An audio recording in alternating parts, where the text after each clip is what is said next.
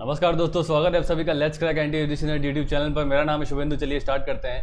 तो स्क्रीन पे मेरे बारे में आप देख रहे हैं, मेरा नाम शुभेंदु मुखर्जी है। पेपर 2 का ज्योग्राफी ट्रेनर हूँ, यूजीसी नेट क्वालिफाइड हूँ। बीए ऑनर्स मैंने ग्रेजुएशन में किया है, एमए ज्योग्राफी मास्टर्स में किया है। फॉर्मर ज्योग्राफी ट्रेनर था मैं, KB EDO Kumar brothers education. More than 2 years का टीचिंग एक्सपीरियंस है और मैं एक वॉइस आर्टिस्ट भी हूँ।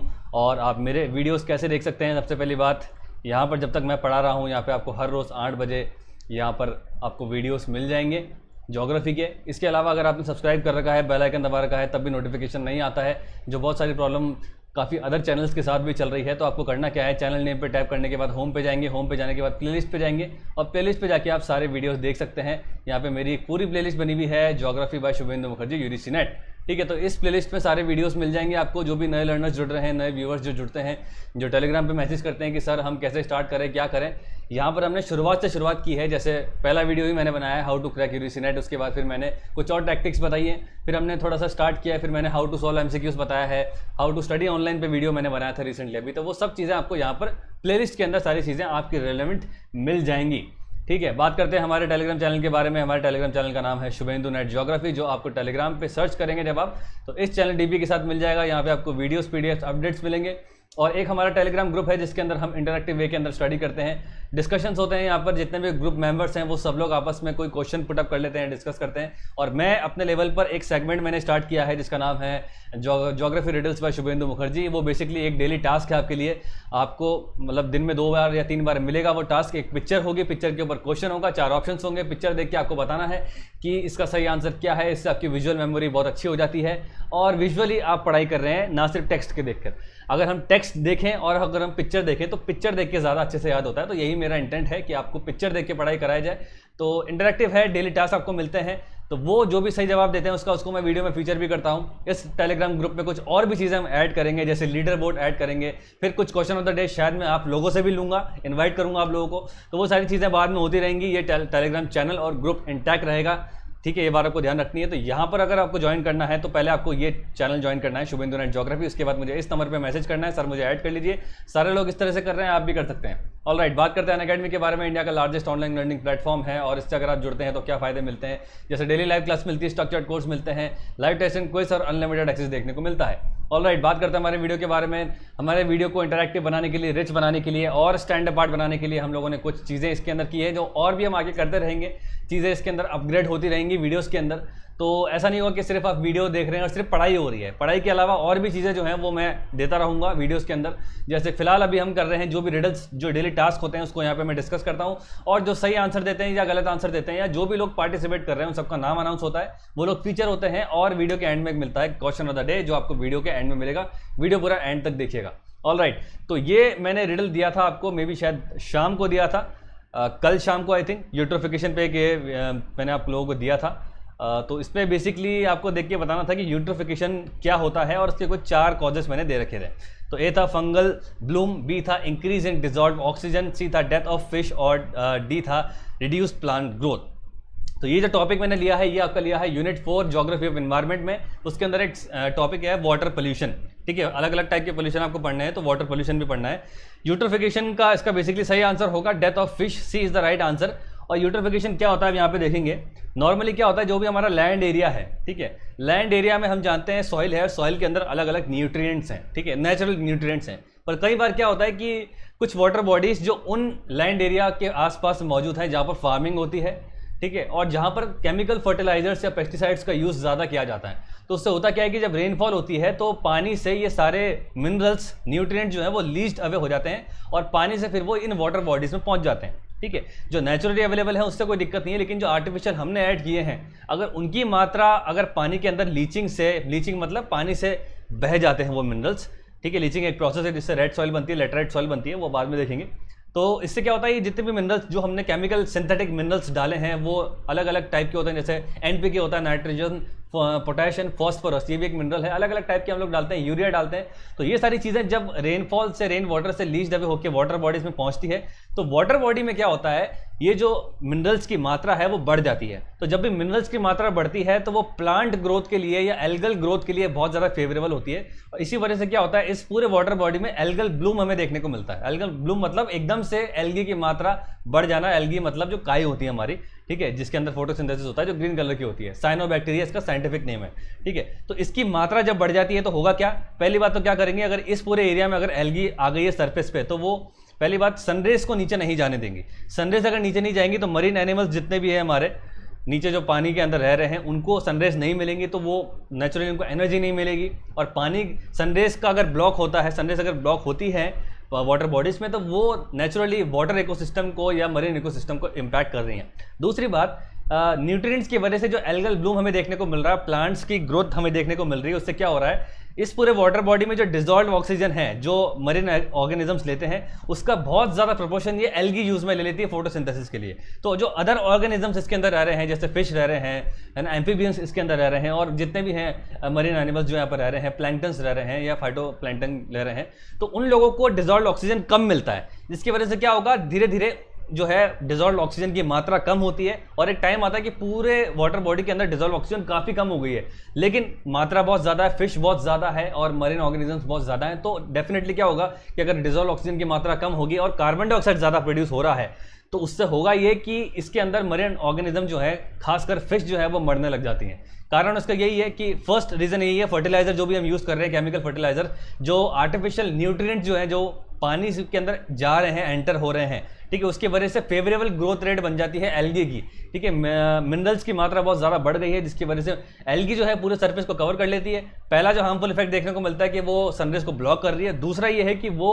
बेसिकली डिजॉल्व ऑक्सीजन को कम कर रही है पानी के अंदर। डिजॉल्व ऑक्सीजन अगर कम होगी तो जितने भी और ऑर्गेनिजम्स हैं उनके लिए ऑक्सीजन नहीं बचेगा और वो अल्टीमेटली मर जाएंगे। तो ये है यूट्रोफिकेशन बेसिकली, और यूट्रोफिकेशन पूरा का पूरा ह्यूमन मेड है, एंथ्रोपोजेनिक ही है। ये बात आपको ध्यान रखनी है, एग्जाम में अगर क्वेश्चन आता है यूट्रोफिकेशन नेचुरल है या एंथ्रोपोजेनिक है, मैनमेड है, तो ये मैनमेड है, ठीक है। नेचुरल से कभी इतना ज़्यादा मात्रा नहीं जा सकती, ये ह्यूमन्स ही हैं जो करते हैं इसका, तो ये बात आपको ध्यान रखनी है। तो इसीलिए इसका आंसर था सी, काफ़ी लोगों ने इसका सही आंसर दिया है, ठीक है। बात करते हैं, ये आप डायग्राम देखेंगे, इस तरह से यूट्रोफिकेशन से डेथ ऑफ फिश होती है। देखो ये जो ग्रीन आप देख रहे हैं ये एल्गी है, एल्गी की वजह से आप देखेंगे इस पूरे वाटर बॉडी में, या पूरा वाटर बॉडी है तो इसका से पार्ट है, यहाँ पर डिजॉल्व ऑक्सीजन कम हो गई है, सनरेज नहीं आ रही है, तो इस तरह से फिश की डेथ हो जाती है, ठीक है।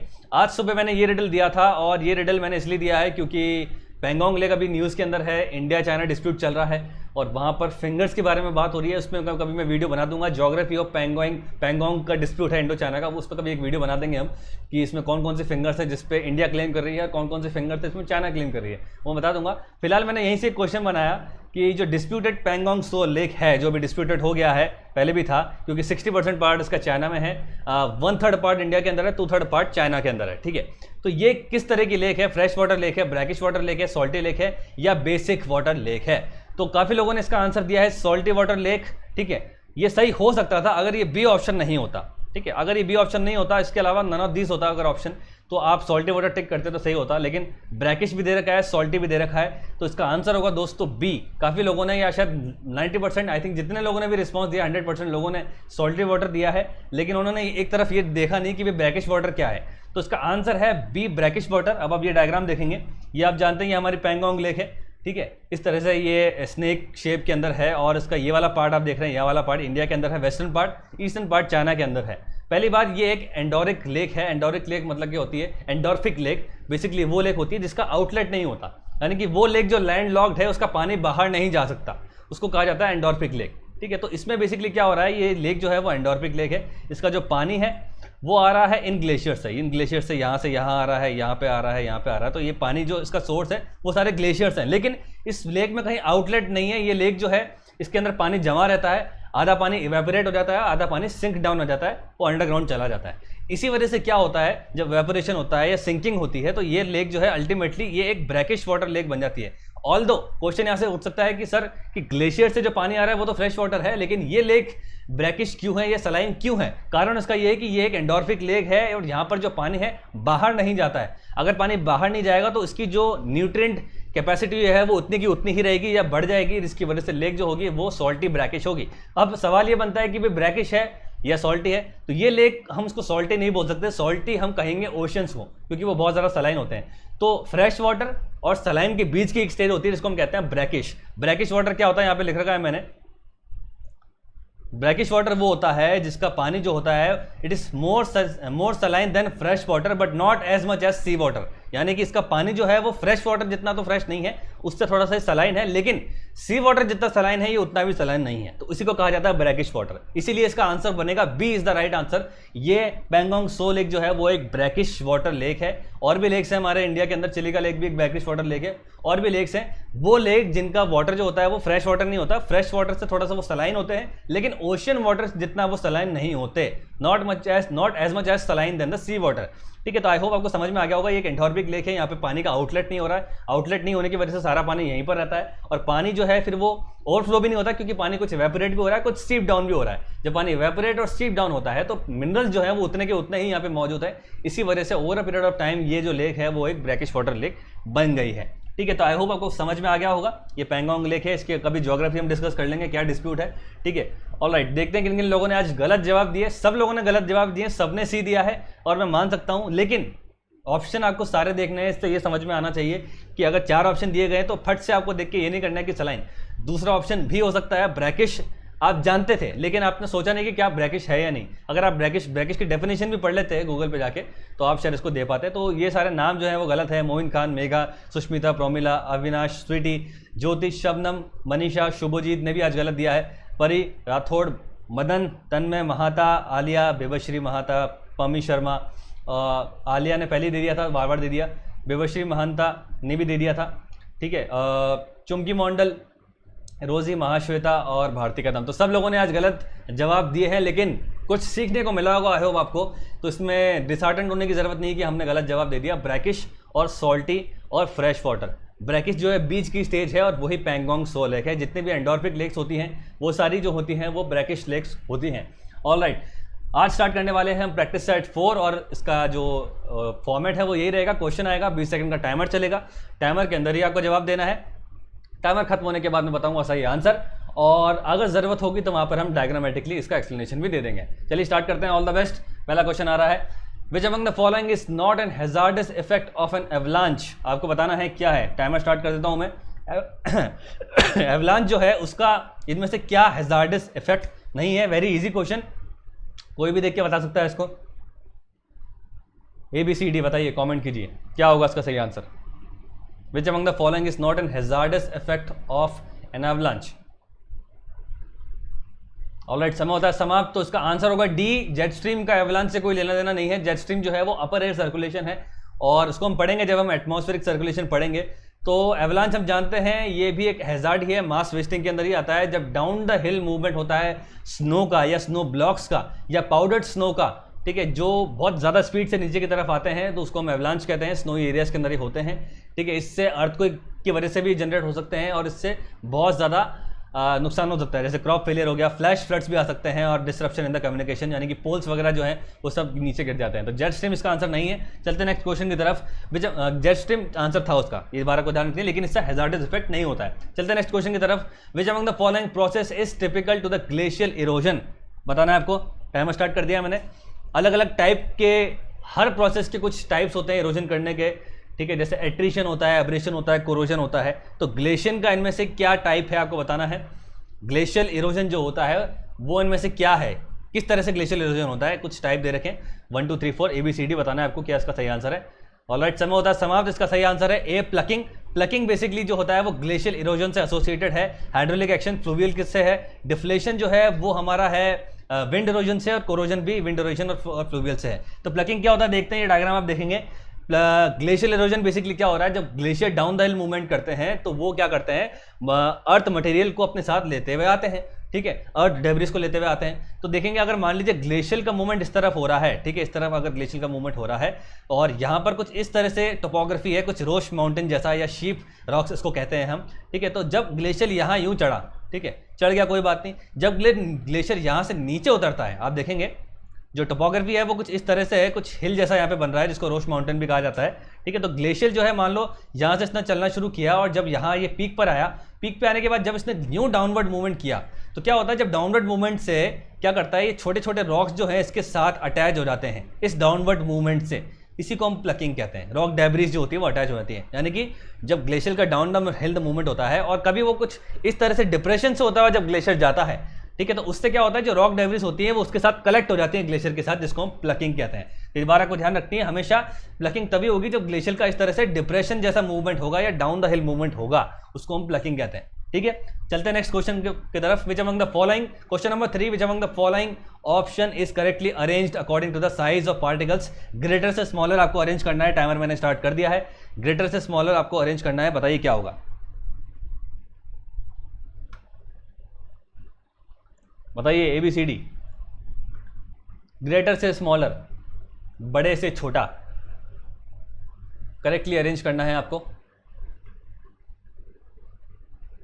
ऑलराइट, समय होता है समाप्त और इसका सही आंसर है सी, डेब्रिस फ्लो, अर्थ फ्लो और मड फ्लो। पार्टिकल का साइज जो होता है वो डेब्रिस फ्लो में थोड़ा ज़्यादा होता है, अर्थ फ्लो में उससे थोड़ा कम होता है, और सबसे छोटा पार्टिकल्स का साइज होता है मड फ्लो के अंदर। और ये सारे जो है हमने देखे हैं मास वेस्टिंग के अंदर।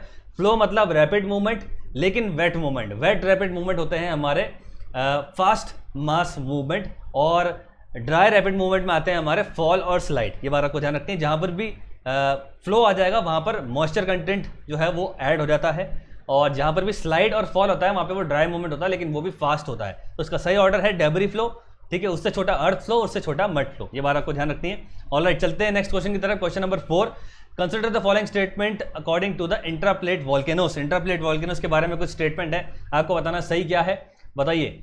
These volcanoes are formed due to the convergence of tectonic plates and they are characterized by very high intensity of volcanic eruptions। बताइए क्या होगा, ABCD क्या होगा इसका सही आंसर।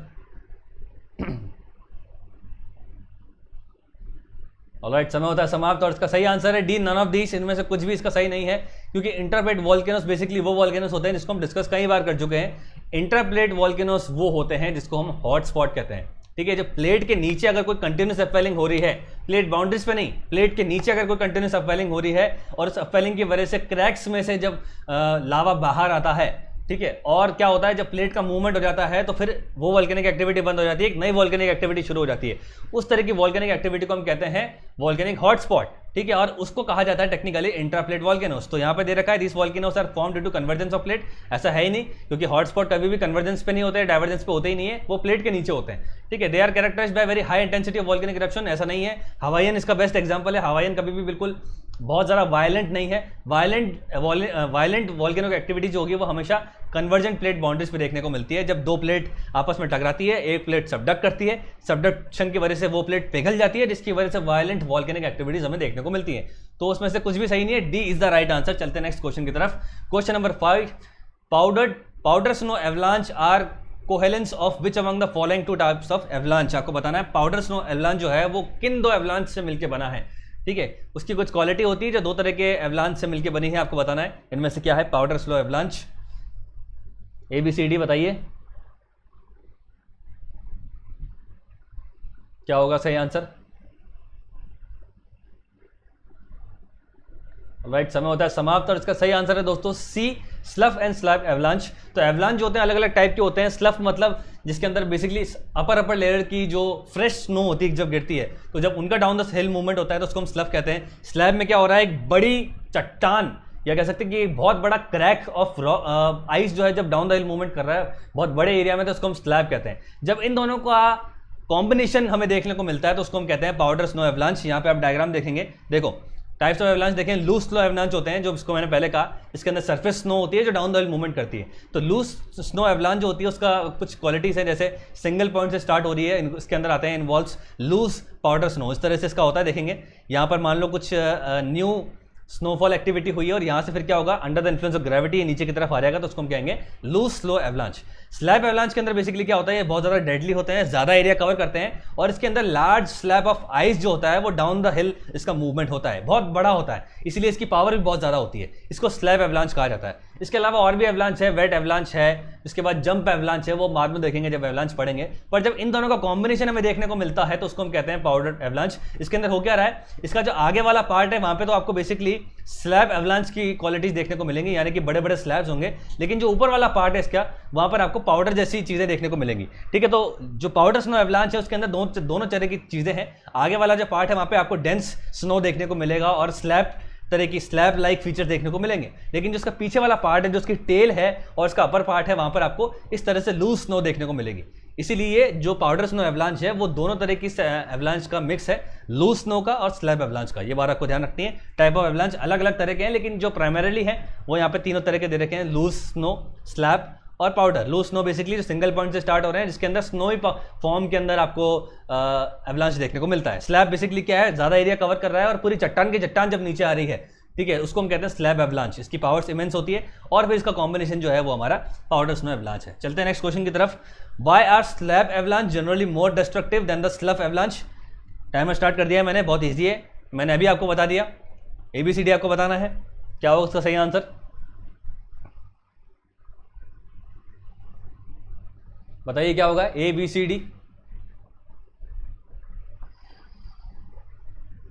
स्लैब एवलांच अभी हमने डिस्कस किया, तो दिक्कत नहीं आनी चाहिए आप लोगों को। ऑलराइट, समय होता है समाप्त। इसका सही आंसर है C, slab avalanches have the great larger extend and large blocks fall down the slope. ठीक है, ये देखो डायग्राम, इस तरह से देखो क्या होता है एवलांच में, पूरा का पूरा जो है कह सकते हैं कि रॉक ब्लॉक जो है, आइस ब्लॉक जो है वो नीचे की तरफ आता है, तो उसको स्लैब एवलांच कहते हैं। देखोगे इस तरह से ये आइस ब्लॉक्स हैं, जब ये नीचे की तरफ आते हैं तो ये ज़्यादा डिस्ट्रक्शन करेंगे, क्योंकि ये ज़्यादा स्पीड से आ रहे हैं, ज़्यादा एरिया कवर कर रहे हैं, और जिस भी चीज़ से टकराएंगे तो वहाँ पर डिस्ट्रक्शन ज़्यादा होगा, बजाय कुछ पाउडर फ्री के अंदर आ रहा है। इसलिए स्लैब एवलांच जो है दे आर मोस्ट डिस्ट्रक्टिव। ठीक है, ये डायग्राम से आपको क्लियर हो गया होगा, विजुअल मेमोरी आपकी एनहांस हो जानी चाहिए। चलते हैं नेक्स्ट क्वेश्चन की तरफ।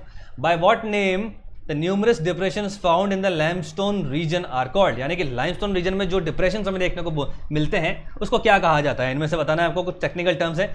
लाइमस्टोन एरिया के अंदर जो डिप्रेशन है उसे क्या कहा जाता है, बताइए। बताइए क्या होगा?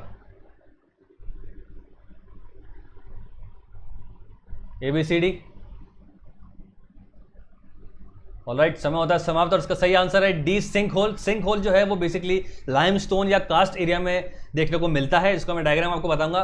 पहले बात करते हैं कैवर्न्स की। ये भी लाइमस्टोन एरिया के अंदर है, लेकिन ये डिप्रेशन नहीं है, ये गुफा है बेसिकली। जब अंडरग्राउंड वाटर अंडर सीप डाउन हो जाता है और उसके बाद वो अपना रास्ता बना लेता है, तो एक गुफा जैसा एरिया बन जाता है, जिसको हम कैवर्न कहते हैं। पॉट होल और प्लंज पूल जो है वो हमें फ्लूवियल के अंदर देखने को मिलते हैं। जब रिवर जो है वो वी शेप वैली जब बनाती है, तो यानी कि वी शेप वैली बनाती है, फिर वो वी शेप वैली बनाने के बाद किसी वाटरफॉल से या रैपिड से नीचे की तरफ आती है, तो जब पानी जो है, रिवर का पानी ऊपर से जब नीचे की तरफ गिरता है, काफ़ी हाइट से जब नीचे की तरफ गिरता है, चाहे वो वाटरफॉल भी हो सकता है, चाहे वो रैपिड भी हो सकता है, तो वो जब पानी गिरता है तो उसके साथ डेब्रिस भी होती हैं, ठीक है, बड़े बड़े चट्टानें भी होती हैं। तो जब वो गिरती है ना, तो जब सरफेस से जब वो गिरती है तो बड़े बड़े डिप्रेशन बनते हैं, जिसको हम पॉट होल और प्लंज पूल्स कहते हैं। पॉट होल जो है वो छोटा है, प्लंज पूल बड़ा होता है। नॉर्मली आपको ये वाटरफॉल के नीचे देखने को मिलेगा, ये बात आपको ध्यान रखनी है। तो ये बेसिकली फ्लूवियल से एसोसिएटेड है, और ये जो है ये ग्लेशियर से, लाइमस्टोन से एसोसिएटेड है, कास्ट से। लेकिन सिंक होल जो है इसका सही आंसर है, क्योंकि डिप्रेशन जो है वो हमारे यहीं देखने को मिलते हैं।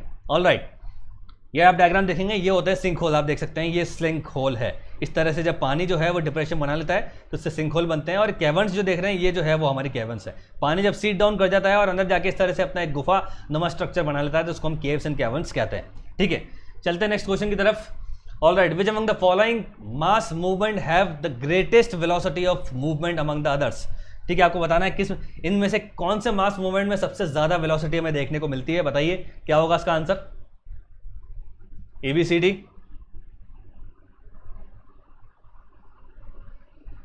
बताइए क्या होगा? विच among the following is the greatest?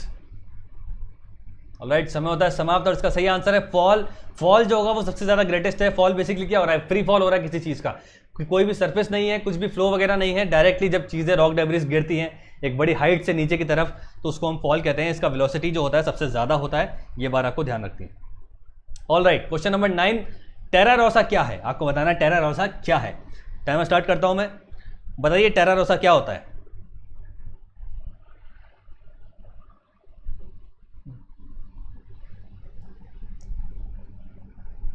ABCD comment कीजिए फटाफट। टेरा रोसा क्या है? ऑलराइट, समय होता है समाप्त और इसका सही आंसर है C, thick red soil form due to the weathering residue. ठीक है, टेरा रोसा बेसिकली दोस्तों एक काइंड ऑफ रेड सॉइल है जो प्राइमरीली हमें मेडिटेरियन एरिया के अंदर देखने को मिलती है। वहाँ पे जब वेदरिंग होती है, ठीक है, तो उससे ये सॉइल जो है वो रेड सॉइल में कन्वर्ट हो जाती है, या फोटोज देखेंगे इस तरह से। ठीक है, ये वाला जो देख रहे हैं ये आप मेडिटेरियन एरिया का देख रहे हैं, और यहाँ पे नॉर्मली वाइन जो है वो कल्टिवेट होती है, यानी कि वाइन प्लांटेशन जो होता है वो टेरा रोसा के लिए बेनिफिशियल है। तो टेरा रोसा में आपको ध्यान ये रखना है, मेडिटेरियन एरिया के अंदर मिलती है, रेड कलर की होती है, वेदरिंग से ये बनती है। ठीक है, चलते नेक्स्ट क्वेश्चन की तरफ। Question number 10, which among the following is a factor influencing mass wasting. बताना है मास वेस्टिंग, इनमें से कौन कौन से फैक्टर्स इन्फ्लुएंस करते हैं, बताइए। मास वेस्टिंग, इरोजन और ट्रांसपोर्टेशन, ये सब मैं आपको बता चुका हूँ। मास वेस्टिंग एक अलग तरह का है, ठीक है, आपको बताना है क्या होगा। और वेदरिंग क्या होती है, इनमें से क्या होगा मास वेस्टिंग के अंदर। ऑलराइट, समय होता है समाप्त और इसका सही आंसर है डी, ऑल ऑफ दिस। तो वेदरिंग बेसिकली क्या हो रहा है, बड़े बड़े चट्टानों का छोटे छोटे चट्टानों में टूटना, लेकिन कोई ट्रांसपोर्टेशन नहीं होना। ठीक है, जब इनका ट्रांसपोर्टेशन कर देते हैं हमारे वाटर, विंड और अलग अलग जियोमॉर्फिक एजेंट्स, तो फिर वो इरोजन हो जाता है। लेकिन अगर ये rock materials under the impact of gravity नीचे आ रहे हैं तो उसको हम मास वेस्टिंग कहते हैं। तो उसके अंदर सारी चीजें इंपैक्ट करेंगी, वेदरिंग एंड क्लाइमेट के अंदर आएगा, वाटर कंटेंट के अंदर फिर वो चीजें आ जाएंगी फ्लो वाली। ठीक है, और स्लोप एंगल जितना ज्यादा होगा उतना ज्यादा मूवमेंट होगा, और सबसे ज्यादा ग्रेटेस्ट होता है हमारे फॉल के अंदर। तो डी इसका सही आंसर है। चलते हैं नेक्स्ट क्वेश्चन की तरफ। Question number 11, as the moisture drips from the roof of limestone cave and drops on the floor, the calcium is deposited to form which among the following karst feature. बताना है आपको क्या होगा। जब moisture drip down होता है और limestone केव में फिर वो जमीन पे गिर जाता है, तो उससे क्या बनता है, बताइए।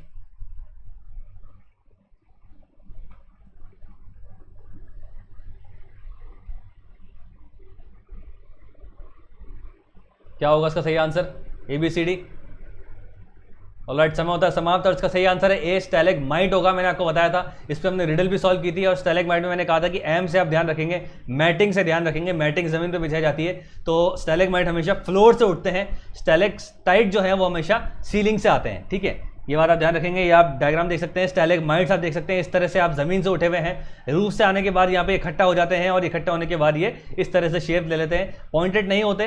ठीक है, स्टैलेक्टाइट जो होते हैं वो इस तरह से एलोंगेटेड होते हैं और सीलिंग पे हमें देखने को मिलते हैं। और ये जो आप देख रहे हैं ये कॉलम और पिलर होते हैं जो पूरा दोनों को कनेक्ट कर रहे हैं, यानी कि इस तरह के फीचर्स जो ग्राउंड और सीलिंग को दोनों को कवर कर लेते हैं, तो उसको कॉलम और पिलर्स कहा जाता है। ये बात आपको ध्यान रखनी है, तो उससे आप आई होप समझ गए होंगे। ऑलराइट, चलते हैं नेक्स्ट क्वेश्चन की तरफ। Sand and mud is the major constituent of which among the following mass movement. Timer start करता हूं, बताना है आपको इनमें से किस मास मूवमेंट में सैंड एंड मड सबसे ज्यादा देखने को मिलता है, बताइए क्या होगा।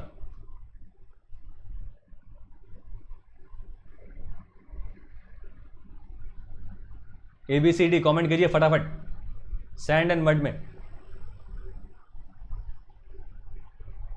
ऑलराइट, समय होता है समाप्त और इसका सही आंसर है डी, अर्थ फ्लो। डेब्रिस फ्लो के अंदर बेसिकली क्या हो रहा है, लूज पार्टिकल्स हमें देखने को मिलते हैं, और अर्थ फ्लो के अंदर 80 to 90% जो है वो सैंड एंड मड है, और मड फ्लो के अंदर सबसे ज्यादा वाटर कंटेंट है। ठीक है, ये बात को ध्यान रखते हैं। डेब्री फ्लो के अंदर क्या हो रहा है, लूज पार्टिकल्स हैं। अर्थ फ्लो के अंदर बेसिकली मड एंड सैंड है, और मड फ्लो के अंदर हमारे ज्यादा से ज्यादा मॉइस्चर कंटेंट यानी कि पानी की मात्रा हमें देखने को मिलती है। ठीक है, ये बात आप देखेंगे। देखो वेट कंडीशंस कैसे बदल रही है, अगर आप नीचे से ऊपर जाएंगे तो चीज़ें जो है वो वेट हो जाएंगी, और ऊपर से नीचे जाएंगे तो ड्राई हो जाएंगी। अगर आप इस तरह से लेफ्ट से राइट जाएंगे तो ये चीज़ें फास्ट हो जाएंगी, और अगर ये उल्टा जाएंगे तो स्लो हो जाएंगी। तो यानी कि सॉइल फ्लक्शन, ठीक है, सॉइल फ्लक्शन हो गया, और सॉइल क्रीप हो गया, या स्लम्प हो गया, ये सब स्लो मूवमेंट्स के अंदर आते हैं। ठीक है, फास्ट मूवमेंट के अंदर हमारे आते हैं mud flow, debris flow, rock slide, ठीक है, और डेब्री स्लाइड। ठीक है, अगर आप नीचे आ रहे हैं यानी कि रॉक फॉल हो गया, ये हमारा ड्राई के अंदर आ जाता है। ये बात को ध्यान रखनी है।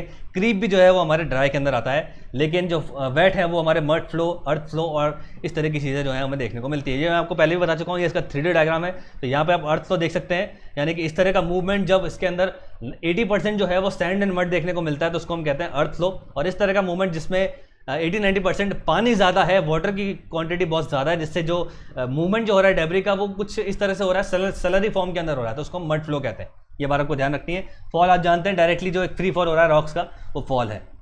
Alright, question number 13, which among the following is not correct about the hazard. Not correct बताना है, टाइमर स्टार्ट कर देता हूं मैं। ABCD ऑप्शन से आपको बताना है क्या होगा इसका। विच among the following is not correct about the hazards, ABCD बताइए क्या होगा।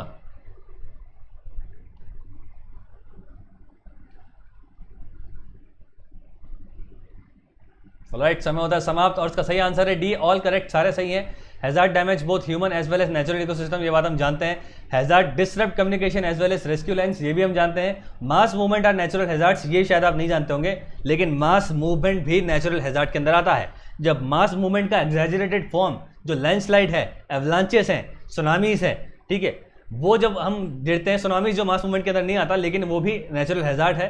तो मास मूवमेंट के अंदर जो एग्जैजरेटेड फॉर्म है, चाहे वो रॉक फॉल हो, डेब्री फॉल हो, चाहे लैंडस्लाइड हो, चाहे वो एवलांच हो, वो एक तरीके के नेचुरल हैजार्ड ही हैं, ठीक है। तो इसी वजह से मास मूवमेंट जो है एक नेचुरल हैजार्ड है, सारे सही है, D is the right answer.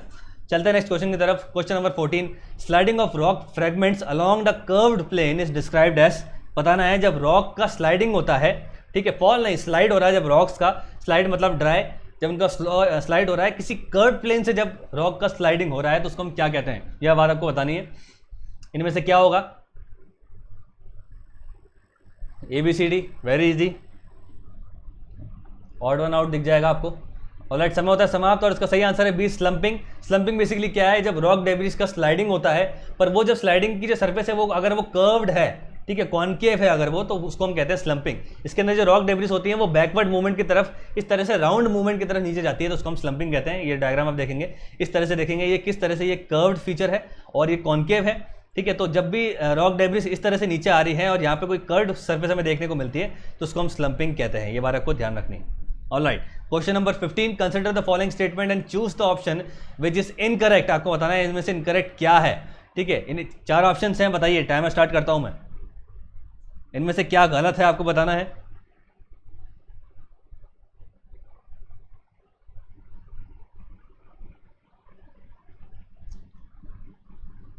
ABCD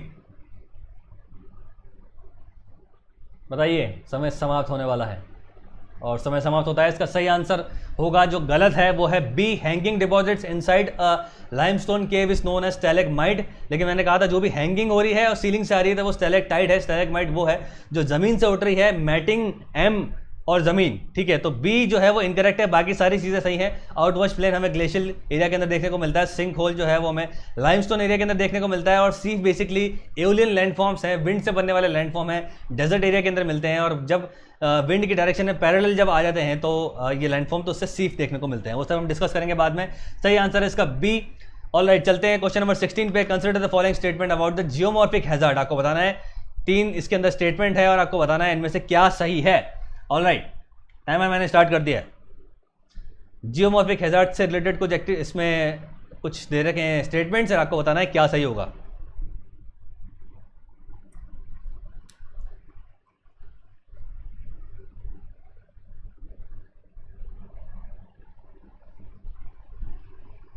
alright, समय होता है समाप्त और इसका सही आंसर है बी, 1 2 3 तीनों सही हैं। जियोमॉर्फिक हैजार्ड बेसिकली वो हैजार्ड होते हैं दोस्तों जो एक्सक्लूसिवली लिथोस्फीयर के अंदर जनरेट हो रहे हैं। लिथोस्फीयर में जनरेट होने वाले जितने भी हैजार्ड्स हैं वो जियोमॉर्फिक हैजार्ड्स हैं। तो जियोमॉर्फिक हैजार्ड जो हैं ये कई बार एग्जैजरेट भी हो जाते हैं ह्यूमन एक्टिविटीज से, और ये जब होते हैं तो पब्लिक हेल्थ इश्यूज होते हैं, डिस्ट्रप्शन होता है नेचुरल एनवायरनमेंट का।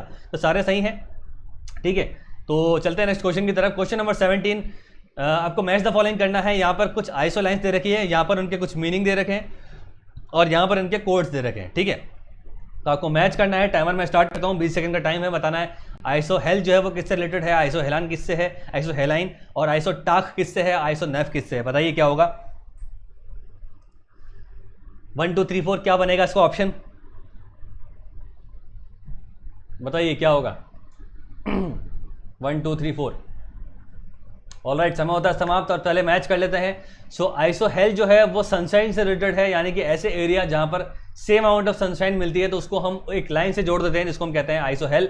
आइसोहेलाइन बेसिकली हम उन वाटर बॉडीज पे बनाते हैं जहां पर हमें सेम अमाउंट ऑफ सैलिनिटी देखने को मिलती है, ठीक है। तो आइसोहेलाइन हो गया सैलिनिटी, यानी कि ए हो गया 2, बी हो गया 3। फिर आइसोटाक जो है वो हम उसके लिए यूज करते हैं जहां पर सेम विंड स्पीड चल रही है, यानी कि वो इलाके जहां पर सेम विंड स्पीड है तो वहां पर हम एक इमेजिनरी लाइन बना देते हैं और उसका नाम होता है आइसोटाक।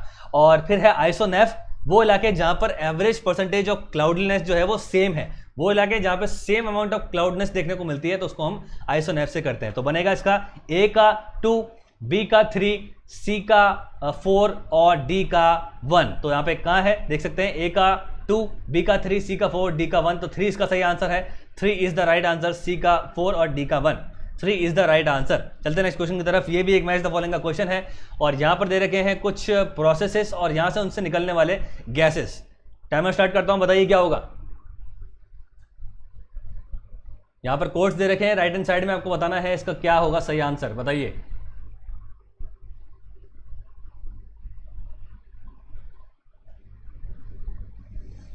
One two three four comment कीजिए फटाफट, क्या होगा सही आंसर।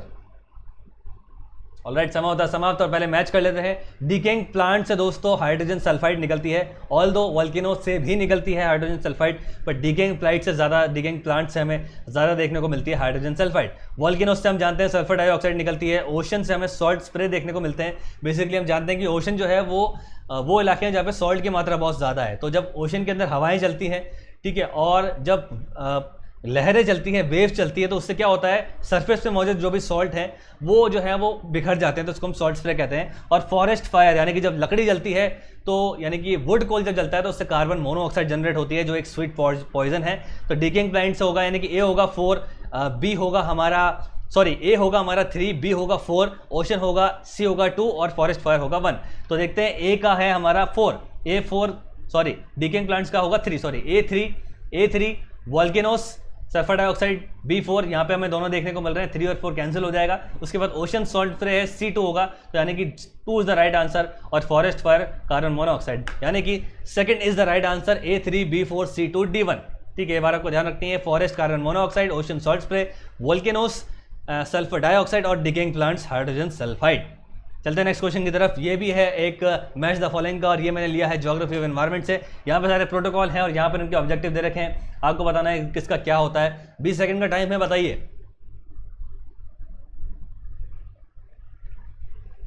क्या होगा इसका सही आंसर, बताइए।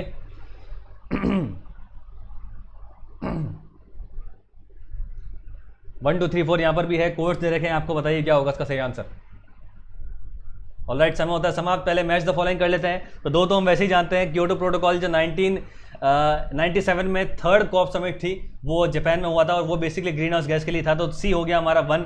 और मॉन्ट्रियल प्रोटोकॉल हम जानते हैं वो ओजोन डिप्लेटिंग सब्सटेंस के लिए हुआ था, तो डी हो गया हमारा 2, C1D2, तो C1D2 देखिए यहाँ पर मौजूद है, लेकिन यहाँ पर भी है, तो अभी और देख लेते हैं। उसके बाद आता है कार्टगना प्रोटोकॉल, ये हुआ था हमारे बायो सेफ्टी पे, यानी कि A3 है, ये हुआ था हमारा 2000 के अंदर, ये 2000 में बायो सेफ्टी पे हुआ था, ये बायोडाइवर्सिटी पे हुआ था।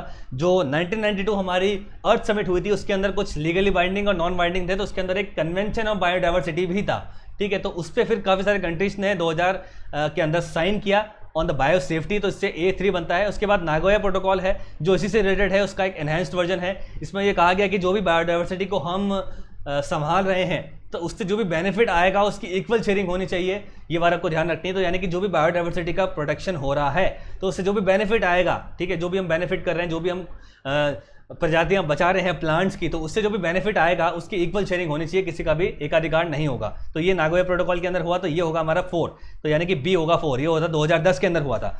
तो देखते हैं, ए होगा हमारा, ए होगा 3, A3, बी होगा हमारा 4, A3B4, ठीक है। उसके बाद क्योटो प्रोटोकॉल होगा हमारा C1, तो यानी कि आपका सेकंड बनता है, और डी होगा हमारा 2, तो सेकंड बनता है A3B4 C1D2।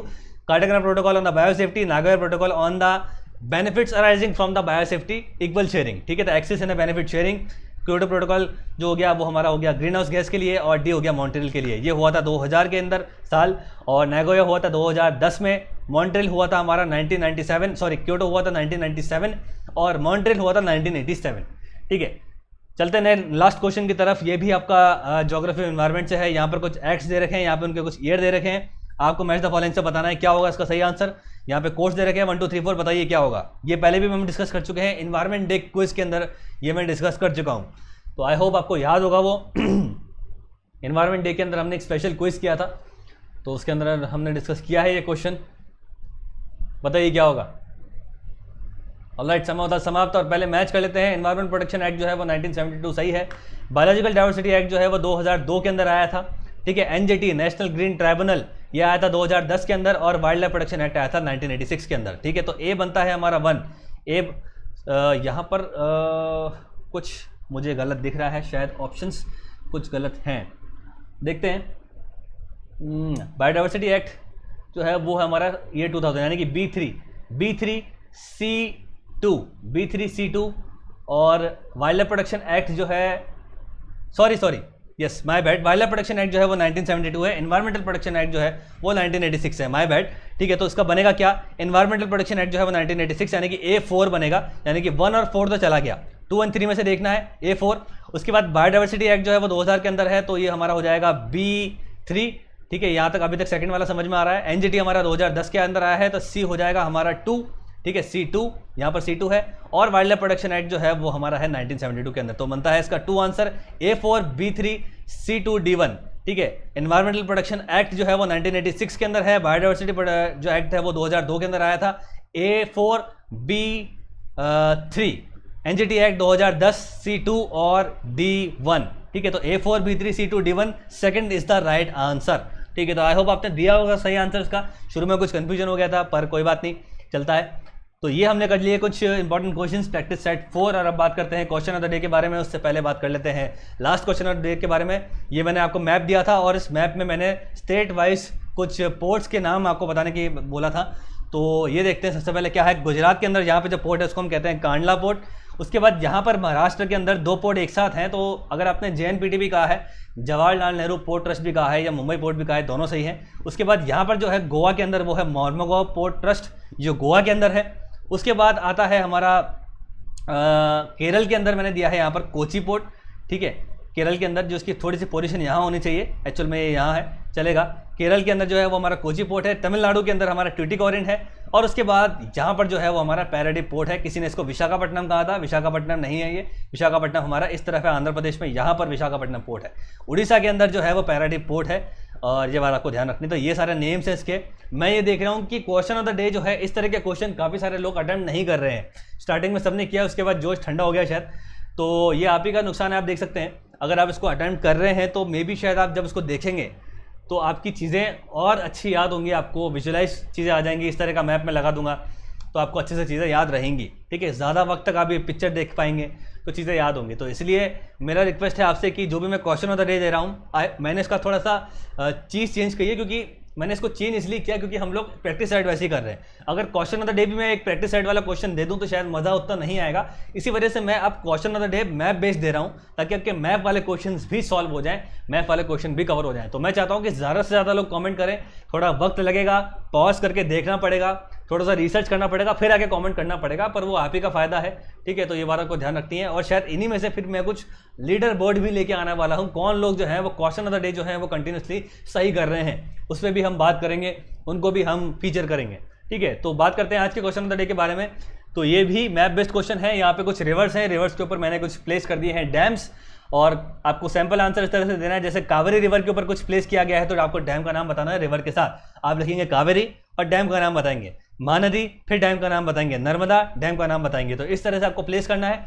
ठीक है, चाहे तो वीडियो पॉज कर सकते हैं, आराम से देख सकते हैं, इस वीडियो को खत्म होने के बाद देख सकते हैं। ठीक है, सारे रिवर्स हैं और मैंने यहाँ पर कुछ डैम्स प्लेस किए हैं। डैम से क्वेश्चंस आपसे आ रहे हैं, ऑल्दो मैप बेस्ड नहीं आ रहे हैं, आपसे मैच द फॉलोइंग आ रहा है। लेफ्ट हैंड साइड में रिवर्स के नाम, राइट हैंड साइड में डैम्स के नाम, मैच द फॉलोइंग करना है। तो अगर आप जब तक देखेंगे नहीं तो आप याद कैसे करेंगे? तो इस तरह से आप देख भी लेंगे और आपको याद भी हो जाएगा। तो ये हो गया आपका क्वेश्चन ऑफ द डे। और ये है हमारा टेलीग्राम चैनल जिसका नाम है शुभेंदु नेट ज्योग्राफी। इससे आप जुड़ सकते हैं। टेलीग्राम पे आप जब सर्च करेंगे तो आपको मिल जाएगा Shubhendu NET geography with this channel DP. और यहाँ पे आपको वीडियो पीडीएफ्स और अपडेट्स मिलते हैं। इंटरैक्टिव टेलीग्राम ग्रुप है हमारा SM नेट नाम से। इसमें जुड़ने के लिए आपको मुझे मैसेज करना है। यहाँ पे डेली टास्क मिलते हैं, डिस्कशन होता है और बहुत फन वे के अंदर हम पढ़ाई करते हैं। तो इस वीडियो में इतना ही दोस्तों। इस वीडियो को लाइक कीजिए, चैनल सब्सक्राइब कीजिए। आप में से कोई भी लोग अनअकैडमी में जो सब्सक्राइब कर रहे हैं, भले ही अलग एग्जाम के लिए कर रहे हैं, SSC के लिए कर रहा है, कोई बैंकिंग के लिए कर रहा है, कोई 11th 12th के लिए कर रहा है, आप सब लोग मेरा कोड लगा सकते हैं। सब पे ये एप्लीकेबल है। जरूरी नहीं है कि सिर्फ यूजीसी नेट वाले ही देंगे। SF नेट कोड आप लगाते हैं तो आपको इंस्टेंट 10% डिस्काउंट मिलता है। फायदा आप ही का है। और इस वीडियो में इतना ही। Thank you so much. मिलते हैं नेक्स्ट वीडियो के अंदर। Good night.